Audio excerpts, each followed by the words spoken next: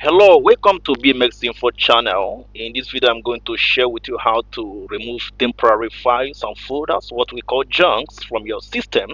And the first thing you have to do is to go to your Windows search bar and type run and click OK.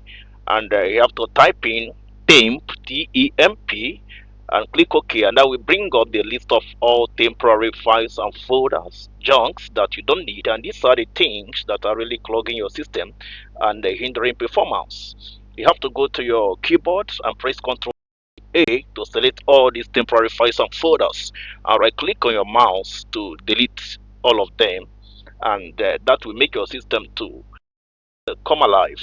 And the second method or second tip will also involve you going to your Windows search bar and type run as we did before, and click OK, and you have to type in percentage temp percentage. This is displayed on the screen for you to see, and click OK, and that will bring up the all the temporary files and folders that are located within your hard drive.